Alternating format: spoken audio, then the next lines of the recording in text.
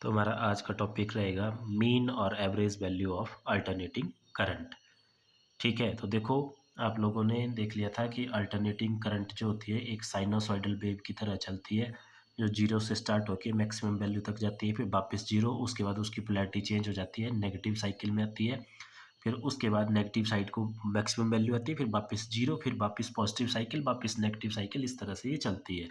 तो जो इसकी वैल्यू रहती है वो मतलब फिक्स नहीं रहती है। जैसे यहाँ देखो जीरो है, फिर बढ़ना स्टार्ट हुई, फिर मैक्सिमम, फिर वापस डिक्रीज होना स्टार्ट हुई है। ठीक है, और किसी एक पर्टिकुलर पॉइंट पे जो इसकी वैल्यू निकलती है वो निकलती है I is equal to I not sine omega t. Omega जहाँ पे एंगुलर वेलोसिटी है और टी टाइम है। ये सारा आपने पिछले कल की वीडियो में पढ़ लिया था। अगर आपने नहीं देखा है तो देख सकते हैं, लिंक जो डिस्क्रिप्शन में है। ठीक है, अब आज निकालनी है हमने इसकी एवरेज वैल्यू। ठीक है, क्योंकि देखो एवरेज क्यों निकाल रहे हैं हम, क्योंकि यहाँ से क्लियर है अब इसकी वैल्यू फिक्स नहीं है।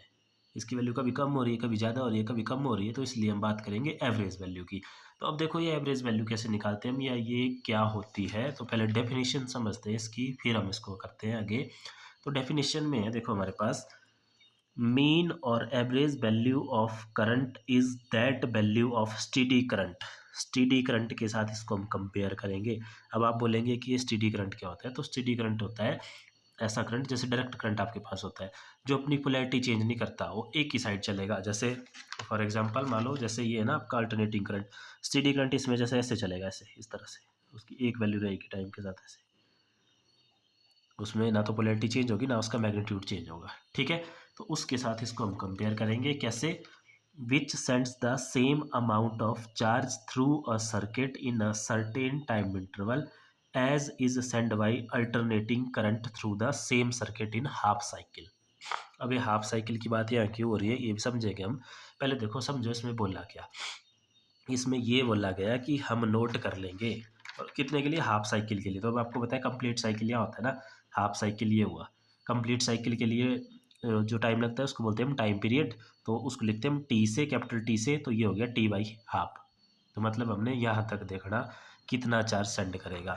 अब देखो इसको कंपेयर करेंगे हम स्टेडी चार्ज के साथ। वो कैसे, हम देखेंगे कि ये जो अल्टरनेटिंग करंट है इसने इस t/2 टाइम के लिए, ठीक है, t/2 टाइम के लिए कितना चार्ज सेंड किया। जैसे ऐसे ज्यूम कर लो कि इसने इस हाफ साइकिल में t/2 टाइम के लिए 10 कूलम के चार्ज सेंड किए सर्किट में। ठीक है, 10 कूलम का चार्ज। फिर हम क्या लेंगे, दूसरी तरफ कंपैरिजन के लिए लेंगे हम स्टेडी करंट, स्टेडी करंट, और उसमें भी हम देखेंगे कि इसी टाइम के लिए, सेम इसी टाइम के लिए, t/2 टाइम के लिए वो भी बिल्कुल इस अमाउंट के बराबर चार्ज सेंड करे। कितने, 10 कूलम के बराबर। उसकी वैल्यू को हम एडजस्ट कर लेंगे उस स्टेडी करंट की। उसमें चेक करेंगे कि इसी टाइम के लिए कौन सी करंट जो है 10 कूलम का चार्ज सेंड करती है, मतलब कितनी उसकी वैल्यू होगी। फिर उस वैल्यू को नोट कर लेंगे। जैसे मान लो उस करंट की वैल्यू है हमारे पास, मान लो 15 एम्पियर। ठीक है, तो फिर हम बोलेंगे कि अगर इसकी वैल्यू 15 एम्पियर है तो इसकी वैल्यू भी 15 एम्पियर ही है, एवरेज वाली। बाकी ऐसे हर एक पॉइंट पे तो इसको अलग अलग वैल्यू आएगी। ठीक है, तो इसको बोलते हैं हम एवरेज वैल्यू या मीन वैल्यू। दोबारा से समझ लो कैसे, हाफ साइकिल के लिए हम देखेंगे कि यहाँ तक इस साइकिल में इस अल्टरनेटिंग करंट ने कितना चार्ज सेंड किया, उसकी वैल्यू नोट कर लेंगे। मान लो वो आया 10 कूलम। तो अब हाफ साइकिल के लिए जितना टाइम लगा था ना, जैसे यहाँ t/2 लगा, सेम उतने टाइम के लिए हम उतने ही अमाउंट का चार्ज सेंड करवाएंगे स्टेडी करंट से। फिर अब वो स्टेडी करंट है उसको हम मेजर कर सकते हैं, तो उसकी वैल्यू मेजर कर लेंगे कि कितनी रही उसकी वैल्यू। तो जितनी उसकी वैल्यू रही होगी उतनी ही उस अल्टरनेटिंग करंट की एवरेज वैल्यू मानी जाएगी। ठीक है, तो ये तो होगी इसकी डेफिनेशन। अब देखो करते हैं इसका एक्सप्रेशन। तो एक्सप्रेशन मीन वैल्यू। अब देखो ये हाफ साइकिल की बात हम क्यों कर रहे हैं, क्योंकि हमने मीन वैल्यू निकालनी है, एवरेज निकालनी है। तो अगर हम फुल साइकिल की बात करें तो देखो फुल साइकिल में इधर पॉजिटिव हाफ है, इधर नेगेटिव हाफ है, तो ये पॉजिटिव वैल्यू होगी, ये नेगेटिव वैल्यू होगी, तो इसका मीन जो है वो जीरो हो जाएगा। ठीक है, फुल साइकिल के लिए इसका मीन जीरो रहेगा, इसीलिए हम हाफ साइकिल के लिए निकाल रहे हैं। तो अब देखो नेक्स्ट इसमें आगे करते हैं इसका एक्सप्रेशन। तो देखो आपको डेफिनेशन से क्लियर ही हो गया है कि हमने चार्ज सेंड करना है यहाँ पे, इस टाइम जीरो से लेके t/2 तक। ठीक है, तो चलो स्टार्ट करते हैं। तो सबसे पहले तो हम इसमें, आपको पता है कि यहाँ पे जो ये करंट होती है किसी भी इंस्टेंट पे वो गिवन वाई होती है, I is equal to I not sine omega t. तो वही लिख लेंगे हम कि let an alternating current, AC इसको शॉर्टकट में लिखते हैं, एसी करंट इज क्या होती है हमारे पास, I is equal to I not sine omega t. ये आ गई हमारे पास इक्वेशन नंबर 1। अब हम लिखेंगे इसमें कि the charge sent by AC current in time dt, थोड़े से टाइम के लिए देखेंगे हम कितना चार्ज इसने सेंड किया। तो अगर थोड़े से टाइम की बात कर रहे हैं तो वो चार्ज भी थोड़ी सी होगी, that is D Q, small charge D Q. ठीक है, तो अब देखो चार्ज का फॉर्मूला क्या होता है करंट और टाइम के साथ। तो आपने पढ़ा हुआ है कि जो चार्ज होता है हमारे पास होता है करंट इनटू टाइम। ठीक है, जैसे फॉर्मूला होता है ना हमारे पास, charge equal to current into time, या करंट के लिए पढ़ा है आपने, करंट होता है हमारे पास क्यू बाई टी। तो वहाँ से क्यू क्या हो गया, I T. Charge is equal to current into time. तो डी क्यू की वैल्यू क्या आएगी, देखो वही करंट आई और टाइम डी टी।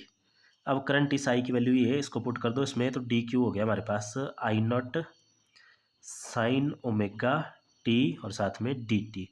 ये वो स्मॉल सी करंट है, ठीक है, जो डी टी टाइम इंटरवल में सेंड की गई है। लेकिन हमें निकालनी, सॉरी करंट नहीं, चार्ज है ये, जो small time interval D T में सेंड कर रहा है इस एसी करंट ने। लेकिन हमें इसमें कंडीशन लगानी है हाफ साइकिल की, मतलब टाइम लगाना है हमें 0 से t/2 के लिए। इसके लिए हमें टोटल चार्ज निकालना है इसमें। ठीक है, तो अब देखो कैसे निकालेंगे उसको। तो therefore total charge sent by AC in time t equal to 0 to t equal to t/2 half cycle के लिए। तो अब आपको पता है कि जब हमने छोटी वैल्यू से बड़ी वैल्यू की तरफ जाना होता है तो हम इंटीग्रेशन करते हैं।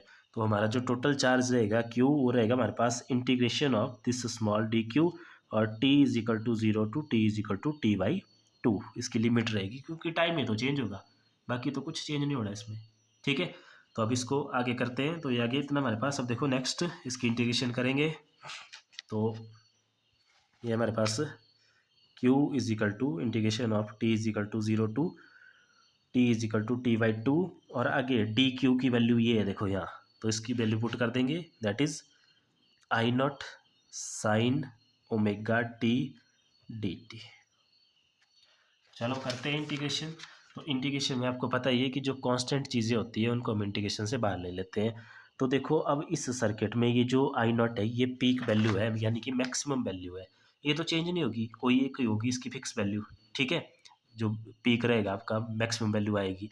तो आई नॉट भी कांस्टेंट हो गया, तो आई नॉट ले आएंगे बाहर हम। ठीक है, आई नॉट कांस्टेंट हो गया। आगे ये साइन ओमेगा टी, अब देखो ये ओमेगा टी टाइम का फंक्शन है और साइन इसके साथ लगा हुआ, तो इसकी होगी इंटीग्रेशन। तो sine of omega T D T, इसकी कर देंगे integration, T equal to 0 to t/2। ठीक है, अब कर दो इसकी इंटीग्रेशन, तो आई नॉट। अब देखो इंटीग्रेशन करने से पहले इंटीग्रेशन के फॉर्मूले आने चाहिए। ठीक है, तो मैंने पहले भी आपको सिखाए थे, अगर नहीं आते तो कोई बात नहीं, दोबारा देख लेते हैं इसमें। तो जैसे आपको पता है इंटीग्रेशन ऑफ साइन एक्स होती है हमारे पास माइनस ऑफ कॉस एक्स। ठीक है, integration of sine X is equal to minus of cos X. और इंटीग्रेशन ऑफ साइन, मान लो यहाँ पे कोई कांस्टेंट है के एक्स, इस तरह से कोई कांस्टेंट भी है साथ में डी एक्स के साथ है। ठीक है, डी एक्स के साथ, तो तब हो जाएगी minus of cos x, cos के एक्स, और जो साथ में यहाँ कांस्टेंट होता है, जैसे के है, के कांस्टेंट होता है, वो ऐसे डिवाइड में आता है नीचे। ठीक है, तो अब हमारे पास जो फंक्शन है वो है sign omega T D T. Integration है विद रिस्पेक्ट टू टी, तो टी ये इसके रिस्पेक्ट इंटीग्रेशन है, तो इंटीग्रेशन कर देंगे minus cos of omega t.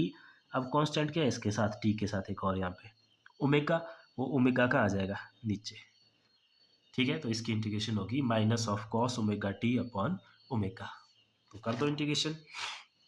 तो लिमिट साथ में रखेंगे क्योंकि लिमिट भी है इसमें, साइन की इंटीग्रेशन होगी minus cos omega t over omega और t is equal to 0 to t is equal to T by 2। ठीक है, या सीधा लिख सकते हैं आप इसको इस तरह से आई नॉट। अब देखो नेक्स्ट, ये जो आपके पास ओमेगा है ये कांस्टेंट है, ठीक है, एंगुलर वेलोसिटी इसकी, क्योंकि इसकी लिमिट पुट नहीं होगी, लिमिट आपकी टाइम की है, सिर्फ इस टी की है, T is equal to 0 to T by 2, तो इसको हम इस लिमिट से बाहर निकाल सकते हैं, तो इसको ले लिया हमने बाहर ओमेगा, और ये माइनस साइन भी बाहर ले लो, तो अंदर रह गया हमारे पास देखो ब्रैकेट में cos omega T 0 to T by 2, limit ऐसे लिख लेंगे हम, ठीक है, लोअर लिमिट यहाँ आती है, अपर लिमिट यहाँ आती है। अब नेक्स्ट स्टेप में करेंगे लिमिट पुट, तो equal to minus I not over omega.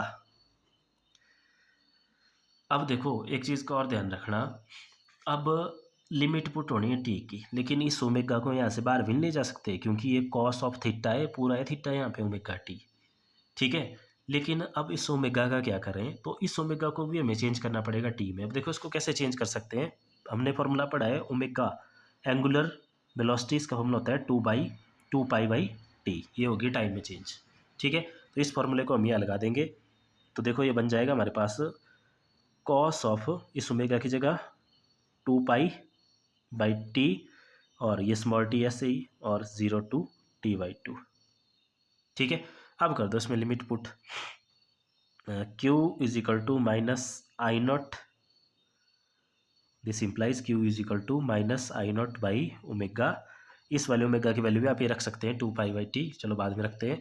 अब देखो यहाँ क्या रह गया हमारे पास, कॉस 2 पाई अपॉन टी, इतना तो पहले से है। अब इस टी की जगह आएगी अपर लिमिट, पहले अपर लिमिट कितनी है, अपर लिमिट है हमारे पास टी बाई 2, ठीक है, माइनस होती है लोअर लिमिट, तो लोअर लिमिट आएगी कॉस 2 पाई टी, इतना पहले से, और इस टी की जगह आएगा 0, ऐसे 0, ठीक है। नेक्स्ट स्टेप में आ गया हमारे पास, this implies q equal to minus I not over omega, या देखो इस t से ये t कैंसिल, इस 2 से ये 2 कैंसिल, कॉस पाई माइनस ये वाला 0 से मल्टीप्लाई हुआ, तो ये सारा हो गया कॉस ऑफ 0, क्योंकि एंगल मल्टीप्लाई हुआ ना इधर, तो ये हो गया कॉस 0।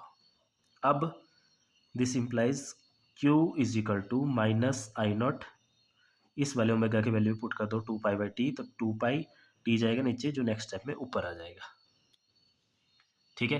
अब देखो हमने q is equal to minus I not और इस ओमेगा की वैल्यू वापस पुट कर दी 2 पाई बाई टी, तो 2 पाई और टी आ गया ऊपर। अब कॉस पाई की वैल्यू, तो पिछले कल मैंने आपको कॉस बताई थी, तो उससे वैल्यू आप आसानी से निकाल सकते हैं। तो देखो अगर आपको ध्यान हो, ये होती है हमारी कॉस वेव, ठीक है, कॉस 0 होता है 1, पाई बाई 2 होता है 0, और कॉस पाई होता है -1, और कॉस 0 होता है हमारे पास 1, ठीक है। तो बस कॉस पाई हो गया -1 और माइनस कॉस 0 हो गया 1। तो next this implies q is equal to minus I not T, ये कितना हो गया यहाँ पे माइनस ऑफ 2 और नीचे 2 पाई। नेक्स्ट स्टेप में इस 2 से ये 2 कैंसिल, माइनस इंटू माइनस हो गया प्लस, तो I not T by pi I q की वैल्यू, ठीक है। तो q की वैल्यू आई हमारे पास I not T by pi, इसको दे देंगे हम इक्वेशन नंबर, कौन सी आई हमारी ये, इक्वेशन नंबर 2। अब डेफिनेशन पढ़ो जरा, डेफिनेशन में हमने बोला था कि इस चार्ज को कंपेयर करेंगे हम स्टेडी करंट के साथ, और वो करंट भी ऐसा लेना जो सेम इतने ही अमाउंट की चार्ज सेंड करे, ठीक है। तो चलो करते हैं आगे। तो देखो अब हमने लिया let I average be the value of steady current which sends the same amount of charge, ठीक है, कि अब आई एवरेज है जो इतने ही अमाउंट का चार्ज सेंड करती है, तो यहाँ पे जो चार्ज बनेगा क्यू वापस क्या बनेगा, देखो चार्ज अभी देखा हमने होता है करंट इनटू टाइम, तो अब करंट के लिए हमने यहाँ पे आई ए बी, और टाइम वापस कितना है, कौन से टाइम के लिए देख रहे हैं हम, टी बाई 2 के लिए, ठीक है। तो टाइम आ गया हमारे पास टी बाई 2, तो अब इस इक्वेशन को दे देंगे हम इक्वेशन नंबर 3। अब 2 और 3, तो इक्वेशन 2 भी हमारे पास देखो चार्ज को लेके थी, इक्वेशन 2 भी हमारे पास चार्ज को लेके थी, अब हम चार्ज सेम अमाउंट के हैं, तो 2 और 3 से देखो 2 एंड 3 इम्प्लाइज, 2 और 3 क्या है, ये दोनों क्यू की वैल्यू है, तो इनको हम कंपेयर कर सकते हैं। तो देखो क्या आ जाएगा हमारे पास यहाँ से I average into T by two is equal to I not T upon pi. ठीक है, हमें आई एवरेज ही तो निकालना है। तो देखो आई एवरेज क्या हो गया, यहाँ से दूसरी तरफ क्या है हमारे पास I not T over pi, T by two हो रहा है, यहाँ मल्टीप्लाई दूसरी तरफ जाके हो जाएगा डिवाइड, तो टी आ जाएगा नीचे और टू चला जाएगा ऊपर, टी से टी कैंसल, तो इसका वैल्यू आ गया हमारे पास I average is equal to two I not by pi. ठीक है, तो ये आई एवरेज के लिए एक्सप्रेशन है जिसका फॉर्मूला रहता है हमारे पास two I not by pi. और अगर इस टू पाई की वैल्यू को यहाँ पुट कर दें तो टू पाई की वैल्यू होती है हमारे पास आई एवरेज इक्वल टू 0.637 और आगे आई नॉट, ये जो 0.637 है ये टू बाई पाई की वैल्यू। तो एक फार्मूला ये हो गया, एक फार्मूला ये हो गया, न्यूमेरिकल के लिए हम इस फार्मूले को यूज़ करेंगे। ठीक है, और अगर परसेंटेज में लिखना है तो I average is equal to 63.7 I not. ठीक है, देखो इसका मतलब क्या है, इसका मतलब ये है कि जो एवरेज वैल्यू रहेगी वो उस आई नॉट का जो पीक वैल्यू आती है ना एक पॉइंट पे, जैसे ये देखो ये एसी चल रही है, ये पीक पे ये, ठीक है, इसका कितना होगा, सिर्फ 63.7% ही होगा। समझ आई बात। जैसे मान लो एसी करंट चल रही है, उसकी जो पीक वैल्यू है, मान लो अगर हमें वो 100 मिल रही है कहीं पे, 100 एम्पियर है उसकी पीक वैल्यू, तो उसकी जो एवरेज होगी वो एवरेज होगी आपके पास तब 63.7 एम्पियर। तो ये था आई एवरेज या आई मीन। बाकी देखेंगे हम नेक्स्ट वीडियो में, नेक्स्ट वीडियो में देखेंगे हम इसकी आरएमएस वैल्यू। तो इस वीडियो में इतना ही, थैंक यू।